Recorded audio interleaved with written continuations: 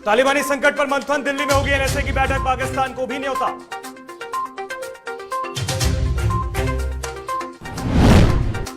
केरल में बारिश के बाद बाढ़ और भूस्खलन से मची तबाही, अब तक 18 की मौत, 5 जिलों में रेड अलर्ट। उपचुनाव को लेकर तेजस्वी आज से प्रचार अभियान की कर रहे हैं शुरुआत, तारापुर में 3 दिनों तक करेंगे प्रचार। दिवाली छठ पर बिहार आने वाले सभी लोगों का होगा कोरोना टेस्ट, लगेगी वैक्सीन, नीतीश कुमार ने दिया निर्देश।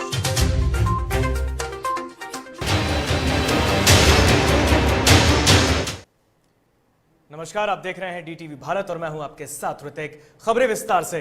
अफगानिस्तान में तालिबान सरकार बनने के बाद से अमेरिका, रूस और चीन जैसे कई बड़े देशों की बैठक लगातार जारी है और इसी कड़ी में अब भारत में भी दिल्ली में राष्ट्रीय सुरक्षा सलाहकारों यानी कि एनएसए की बैठक करने जा रहा है। इस बैठक में पाकिस्तान और रूस को भी आमंत्रित किया गया है। मीडिया रिपोर्ट्स के मुताबिक पाकिस्तानी सूत्रों ने भी पुष्टि की है कि पाकिस्तान के राष्ट्रीय सुरक्षा सलाहकार मोहिद यूसुफ को पिछले हफ्ते निमंत्रण मिला है। इन दो देशों के अलावा चीन, ईरान, ताजिकिस्तान और उज्बेकिस्तान को भी आमंत्रित किया गया है और इस बैठक की अध्यक्षता एनएसए अजीत डोभाल करेंगे। इस बैठक में अफगानिस्तान में मानवीय संकट और मानवाधिकारों के मसले पर बातचीत होगी, तो वहीं तालिबानी सरकार के शासन पर भी चर्चा की जाएगी। बैठक में महिलाओं की सुरक्षा और शिक्षा पर चर्चा होनी है। हालांकि भारत सरकार ने अभी तक दिल्ली में होने वाली बैठक के लिए तालिबान को न्योता नहीं दिया है।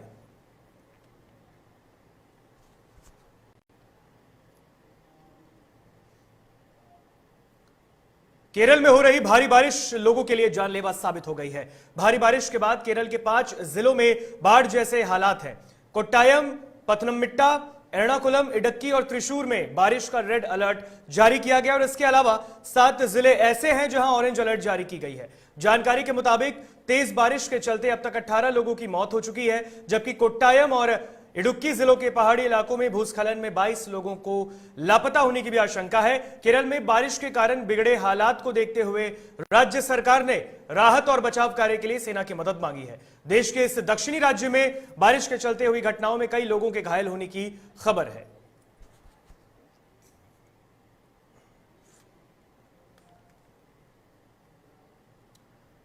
दीपावली और महापर्व छठ पर देश के अन्य राज्यों से बिहार आने वाले आरटीपीसीआर कोरोना जांच और टीकाकरण अनिवार्य रूप से उनका कराया जाएगा। प्रचार प्रसार के माध्यम से आने वाले लोगों को यह भी बताया जाएगा कि अगर उन्होंने टीका ले लिया है या आरटीपीसीआर जांच करवाई है तो उसका प्रमाण पत्र अपने साथ जरूर रखें। शनिवार को स्वास्थ्य विभाग की समीक्षा बैठक में मुख्यमंत्री नीतीश कुमार ने इस बाबत अधिकारियों को आवश्यक दिशा निर्देश भी दिए हैं। तो आपको बता दें कि अब दशहरा खत्म हो गया है और आगामी अब 2 बड़े पर्व हैं, दीपावली और महापर्व छठ, जिसको लेकर बिहार के रहने वाले लोग जो अन्य राज्यों में रहते हैं वो जो बिहार आएंगे उनके लिए भी बिहार सरकार ने आदेश जारी किया है कि उनका कोरोना टेस्ट होना अनिवार्य है। बिना कोरोना टेस्ट के, कोविड टेस्ट के वो आ नहीं सकते। आरटीपीसीआर जांच अनिवार्य है और अगर आपका आरटीपीसीआर जांच हो चुका है तो उसकी एक प्रतिलिपि यानी कि एक फोटोकॉपी आपको अपने पास रखनी होगी, जो कि स्टेशन पर आपको दिखाना भी होगा।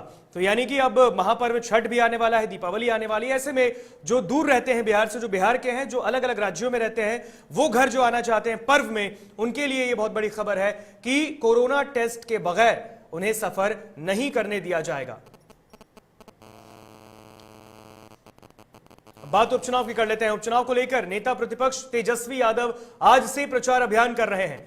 तारापुर में आज से 3 दिनों तक तेजस्वी आरजेडी प्रत्याशी के लिए प्रचार प्रसार करेंगे। इसके लिए वो कल ही मुंगेर के तारापुर के लिए रवाना हुए थे। हमने आपको बयान भी सुनाया। उन्होंने कहा है कि 3 दिनों का उनका ये प्रचार प्रसार होगा। 17, 18 और 19 अक्टूबर तेजस्वी यादव वहां पर होंगे।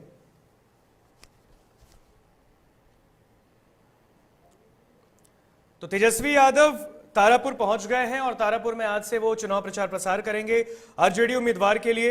आपको बता दें राजद उम्मीदवार वहां पर अरुण कुमार हैं और उनके हक में प्रचार प्रसार करने वाले हैं नेता प्रतिपक्ष तेजस्वी यादव। इसके लिए दिल्ली से पटना भी लौटे थे कल और कल ही शाम वो तारापुर के लिए रवाना हो चुके हैं। और इस खबर पर अधिक जानकारी के लिए हमारे साथ पटना से संवाददाता उत्कर्ष फोन लाइन पे जुड़ चुके हैं। उत्कर्ष, तेजस्वी यादव कल ही दिल्ली से पटना लौटे हैं और कल ही तारापुर के लिए रवाना हो चुके हैं। आज प्रचार प्रसार करेंगे, क्या कुछ खास?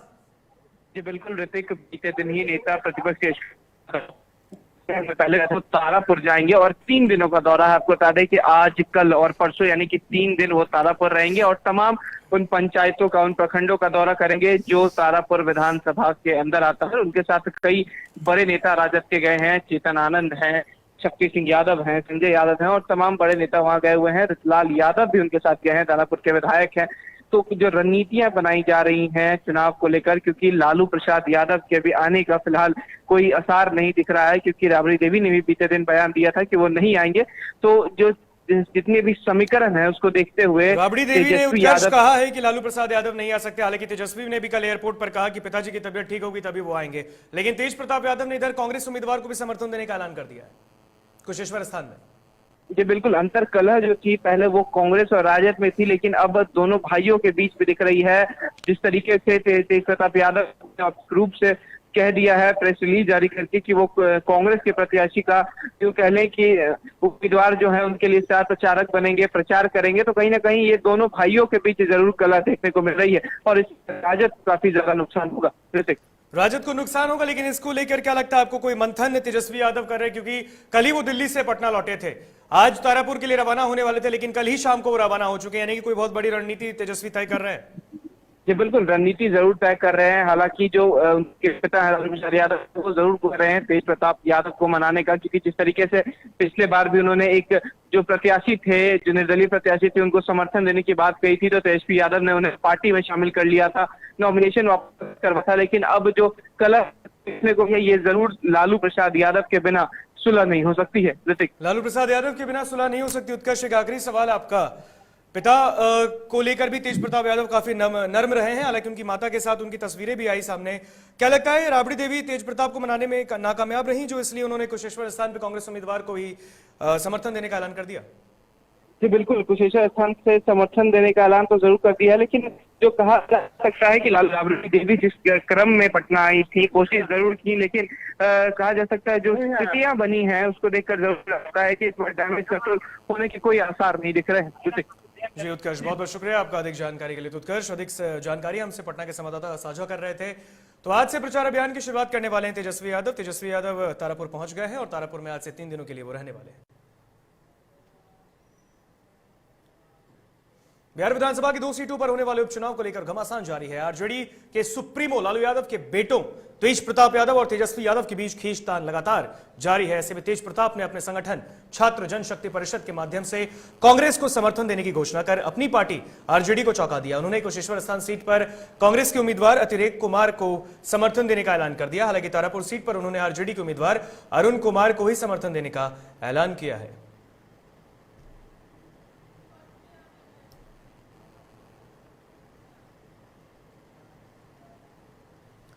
दानापुर से विधायक रीतालाल यादव तारापुर पहुंच गए हैं, जहां उपचुनाव को लेकर प्रचार प्रसार वो करने वाले हैं और आरजेडी का प्रचार अभियान घर घर जाकर और लोगों से मिलकर वे कर रहे हैं और जनता से आरजेडी के समर्थन में वोट करने की अपील कर रहे हैं। तो मौके पर भारी संख्या में समर्थक भी आरजेडी के मौजूद दिखे हैं।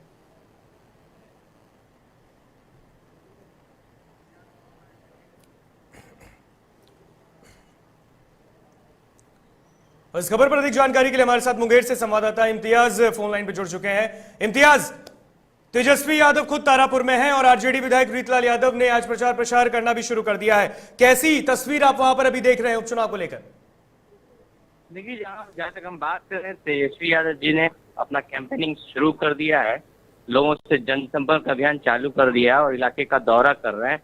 अभी वो दुल्हर गाँव में पहुंचे हैं, वहां पर भी लोगों से मिल रहे हैं और मिलने के बाद वो अब उसके बाद वो पहुंचेंगे, माचेडी पहुंचेंगे। लोगों का काफी रिस्पॉन्स चल रहा है और बात है तो जिस तरह से देखने की जो स्थिति है उससे लग रहा है कि उनके पीछे लोगों की भीड़ उमड़ी हुई है। लोग जो है जिस तरह से चाह रहे हैं कि जैसे कि अभी जो स्थिति बन रही है, जो देख रहे हैं नज़ारा, हमको नज़ारा देखते हुए लग रहा है कि जेडीयू का जो ये सीट है, जो जेडीयू का जिस तारापुर विधानसभा सीट पे कब्जा था, वो निकलता नजर आ रहा है। इस तरह का नजारा देखने को मिल रहा है। रीतालाल यादव घर घर जाकर प्रचार प्रसार कर रहे हैं। अब कुछ देर में तारापुर में वो घूमेंगे, तेजस्वी यादव भी घूमेंगे। क्या लगता है रीतालाल यादव के इस वोट मांगने वाली जो प्रक्रिया है, जो वो घर घर जाकर लोगों से मिलकर कह रहे हैं, कितना पॉजिटिव होने वाला है उपचुनाव में राजद के लिए? राजद के लिए जो स्थिति बनी है, जो लोगों का जो रिस्पॉन्स देखने को मिल रहा है, उनके साथ जो लोगों का जनसैलाब देखने को मिल रहा है। उसके हिसाब से के जो स्थिति बनेगी वो contest neck to neck contest होगा, लेकिन हालात बदलता हुआ नजर आ रहा है। जी इम्तियाज, आप उस वक्त वहीं पर मौजूद हैं, क्या कोविड प्रोटोकॉल का भी पालन किया जा रहा है? क्योंकि उपचुनाव है लेकिन कोरोना गया नहीं है। हम तस्वीरों में देख रहे हैं यहाँ पर भारी संख्या में भीड़ जुटी है। क्या किसी के भी चेहरे पर मास्क नहीं है? क्या कोविड प्रोटोकॉल का पालन क्यों नहीं कराया जा रहा है? प्रशासन वहां पर तैनात नहीं है क्या? जी, प्रशासन पर्याप्त उनके साथ घूम रही है और उनके साथ उनका स्क्वाड भी कर रही है, लेकिन जहाँ उत्साह का मामला आता है, लोगों का जिस तरह से लोगों में उत्साह देखने को मिल रहा है, उस उत्साह के सामने कोविड प्रोटोकॉल फीका पड़ता नजर आ रहा है। फीका पड़ता दिख रहा है। बहुत बहुत शुक्रिया इम्तियाज, आपको अधिक जानकारी साझा करने के लिए। तो इम्तियाज हमसे अधिक जानकारी इस खबर पर साझा कर रहे थे। तो तस्वीरों में आप देख सकते हैं दानापुर से आरजेडी विधायक वीतलाल यादव तारापुर पहुंच गए हैं और तारापुर में वो डोर टू डोर कैंपेन कर रहे हैं, घर घर जाकर लोगों से बातचीत कर रहे हैं और आरजेडी उम्मीदवार को जिताने की अपील कर रहे हैं।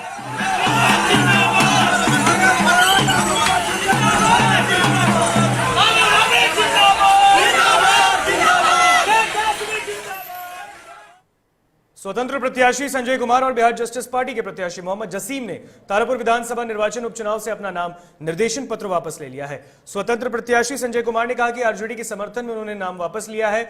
आशा करते हैं कि अरुण कुमार ही चुनाव जीतेंगे। तो बिहार जस्टिस पार्टी के मोहम्मद जसीम ने नाम निर्देशन पत्र वापस लेने के बारे में बताया कि उन्होंने तेजस्वी यादव से प्रभावित होकर नाम वापस लिया है। उन्होंने कहा कि आरजेडी को जिताने में अपना योगदान देंगे और राजद चुनाव जीत चुका है और औपचारिक घोषणा ही बाकी है।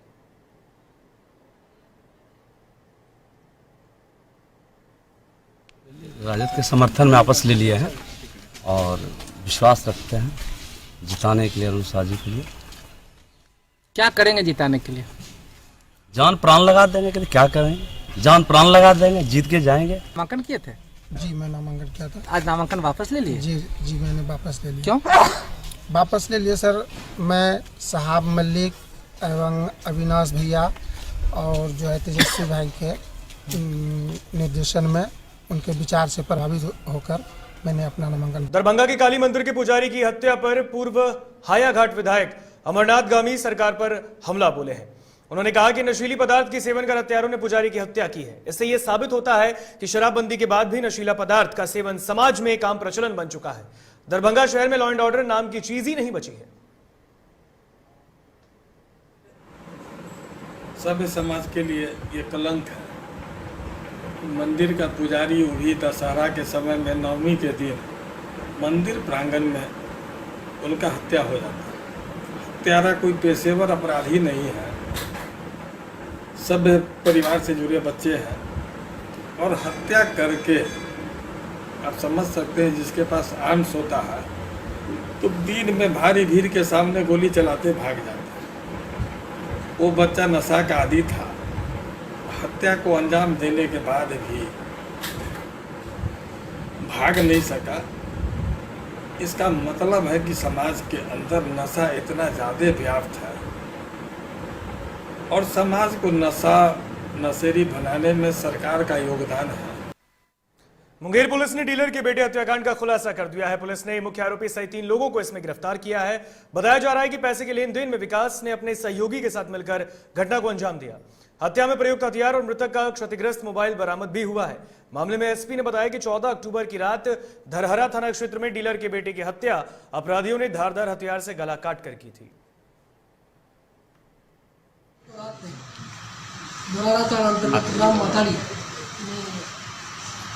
राजा कुमार पासवान का हत्या हुआ था अवस्था में।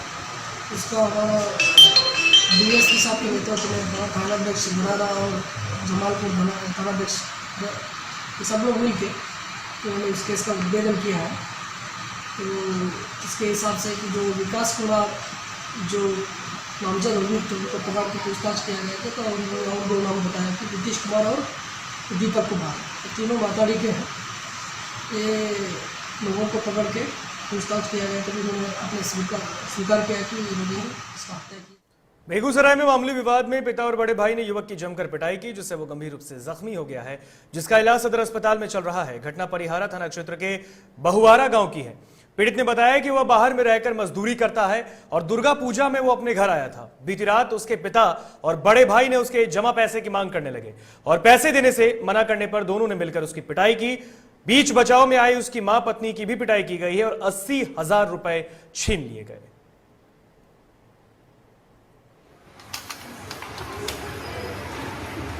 कल बाहर से आ ही रहे थे, घर जैसे आया बड़ा भाई मेरा दारू पिया हुआ था और मारने का स्टार्ट कर दिया। एक तो रट लेके आया, लोहा का रट था, जोर से मार रहा था। 80,000 रुपया घर में घुस के मारा है। 80,000 रुपया जब बोल पाल करे लगले तो मालिक हमारा रुपया दे दिल 30,000 रुपया, वो 30,000 रुपया छीन। ऐसा क्यों करता है? बदमाश।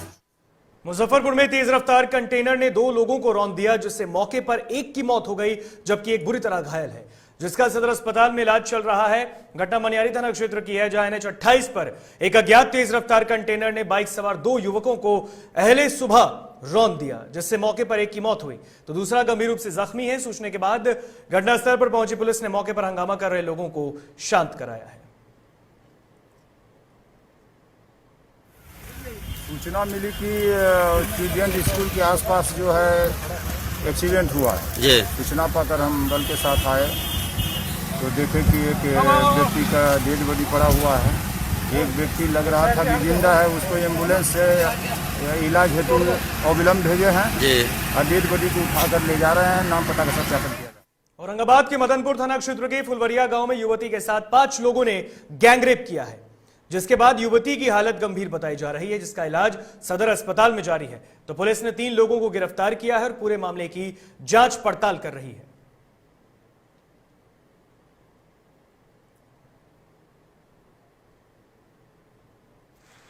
मामला यही है कि आज मेरे ही संसदीय क्षेत्र के एक गांव में एक बच्ची के साथ सामूहिक बलात्कार हुआ।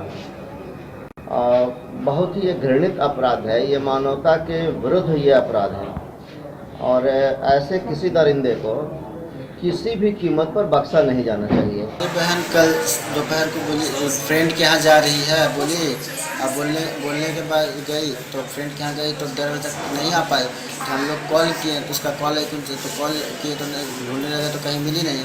तो 1:49 में इसका कॉल आया बोली कि तो हम रिसीव नहीं कर पाए। तो उसके बाद हम उसको फ़ोन किए तो 2:18 पर फ़ोन उठाई और उससे हैंड फ्री फ़ोन था तो उसे माँ कह के काट दिया। ऐसा लगा कि जैसे ये अटपक है, इसके साथ कुछ हो रहा है। थोड़ा होश आया था, माँ के पास फ़ोन किए सर, माँ कॉल नहीं उठाई थी सर, लेकिन बैक कॉल जब की तो हम नहीं उठा पाए थे सर, क्योंकि वो लोग गाड़ी में ही था, बात कर रहा था, हंस रहा था, बोल रहा था कि इसी के फ़ोन से इसको बदनाम करेंगे, इसी के नंबर पर फ़ोन करके तुमको तो मारेंगे ही नहीं, तुम्हारे पूरी फैमिली को भी मार देंगे। अगर पुलिस मिल गई रात को तो तुम उससे वही बोलोगी जो हमने बोलने के लिए कह रहे तुमको। ऐसा लोग जो कहा हम वही कहें सर, यहाँ तक कि हम मदनपुर तक यही बात कहें कि हम उससे शादी करेंगे। अपनी चाची से भी सिर्फ हाँ बोले सर। कुल कितने लोग थे? 5 लोग सर। क्या आपके साथ में गलत भी हुआ है? Yes sir.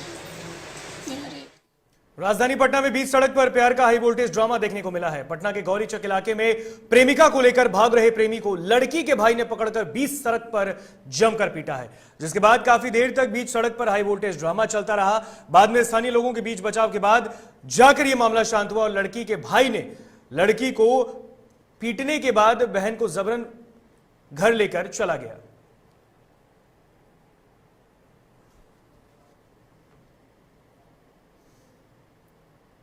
पांच साल तक भले ही मुखिया और वार्ड सदस्य ने पंचायत में कोई भी विकास का कार्य न किया हो, लेकिन चुनाव नजदीक आते ही इन्हें अपने पंचायत के विकास की याद आ गई और अपने अपने पंचायतों में सड़क, नाली और जल नल योजना को जल्द से जल्द मूर्त रूप देने में इसलिए लग गए हैं कि इस बार भी जनता की आंखों में धूल झोंक सके। ताजा मामला मोतिहारी के महसी के हरपुर पंचायत की है, जहां के मुखिया और वार्ड सदस्य चुनाव के अंतिम घड़ी में गांव में आनन फानन में सड़क और नाला निर्माण करवाने में लगे हैं। ऊपर से माटी दीजिएगा तब सोलिंग का तो होगा। आचार संहिता में बड़ा बड़ा लोग पे जो है चुनाव आयोग महोदय ठीक कर दिए। केजरीवाल का भी से देख रहे हैं, बेसी तो मेरे नाबालिग थे और आचार संहिता का ध्वजिया उड़ाया जा रहा है। कहाँ? हमारे पंचायत में, हरपुर पंचायत में, यहाँ जो है हमारे पंचायत में जो है एक कब्रिस्तान, एक बड़ा कब्रिस्तान है, लेकिन वो है वाकिब जमीन जो है तरनिया पंचायत में, माने वो जो है 12 गोविंद पंचायत में है, उसमें भी काम हुआ है। यहाँ के प्रशासन जो है अंधा है, चौपट है। राम सरायबन हमारे वार्ड नंबर 6 में के रहने वाला निवासी हूँ और यह सोलिंग हो रहा है। इससे पहले तो रास्ता बहुत गलीज था, लेकिन 1 नंबर ईटा से न हो के 2 नंबर या 3 नंबर ईटा से हो रहा है। ये द्वारा हो रहा है 7 निश्चय से हो रहा है। 2020 से का इसका योजना है। पूर्व से इसका निकासी हुआ था, वर्षा की वजह से काम रुका हुआ था, पूर्ण किया जा रहा है। चलिए रुक करेंगे झारखंड की तरफ। जमशेदपुर के साक्षी थाना अंतर्गत तमरिया रोड स्थित बंद पड़े टाटा स्टील के क्वार्टर से एक अज्ञात व्यक्ति का शव बरामद किया गया। मामले की जानकारी मिलते ही साक्षी थाना पुलिस मौके पर पहुंची और शव को अपने कब्जे में लेकर छानबीन में जुट गई है। बताया जा रहा है कि शव 4-5 दिन पुराना है। फिलहाल शव की शिनाख्त तो नहीं हो पाई है।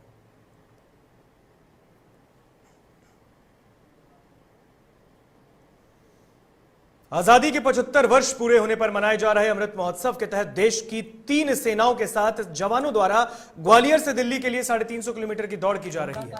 दौड़ में भाग लेने तीनों सेनाओं के साथ जवानों में 2 महिला भी शामिल हैं। 15 अक्टूबर को ग्वालियर के रानी लक्ष्मीबाई स्मारक से शुरू हुई यह दौड़ मुरैना धौलपुर होते हुए शनिवार की देर शाम आगरा पहुंची, जहां क्वार्टर 50 इंडिपेंडेंट पैरा ब्रिगेड की ब्रिगेडियर पीके सिंह द्वारा झंडा दिखाकर मथुरा से दिल्ली के लिए रवाना किया गया है। हमारी आज़ादी के अमृत महोत्सव की दौड़ हमारी ग्वालियर से दिल्ली तक की हम तय कर रहे हैं 7 दिनों के अंदर। हर रोज़ का हमारा डिस्टेंस 50 किलोमीटर का होता है और हम अलग अलग जगह पे रुकते हैं। हम लोग 2 नेवी से हैं, 3 एयरफोर्स से हैं और 2 आर्मी से हैं और हम सातों में 2 लेडी ऑफिसर्स भी हैं। क्या उद्देश्य है इसका? हमारा उद्देश्य है, हम ये आज़ादी का जो अमृत महोत्सव सेलिब्रेट हो रहा है देश में, हम उसी के उपलक्ष्य में हमने ये दौड़ की है। फिलहाल खबरों में इतना ही। आप मुझे दीजिए इजाजत। देखते रहिए DTV भारत। नमस्कार।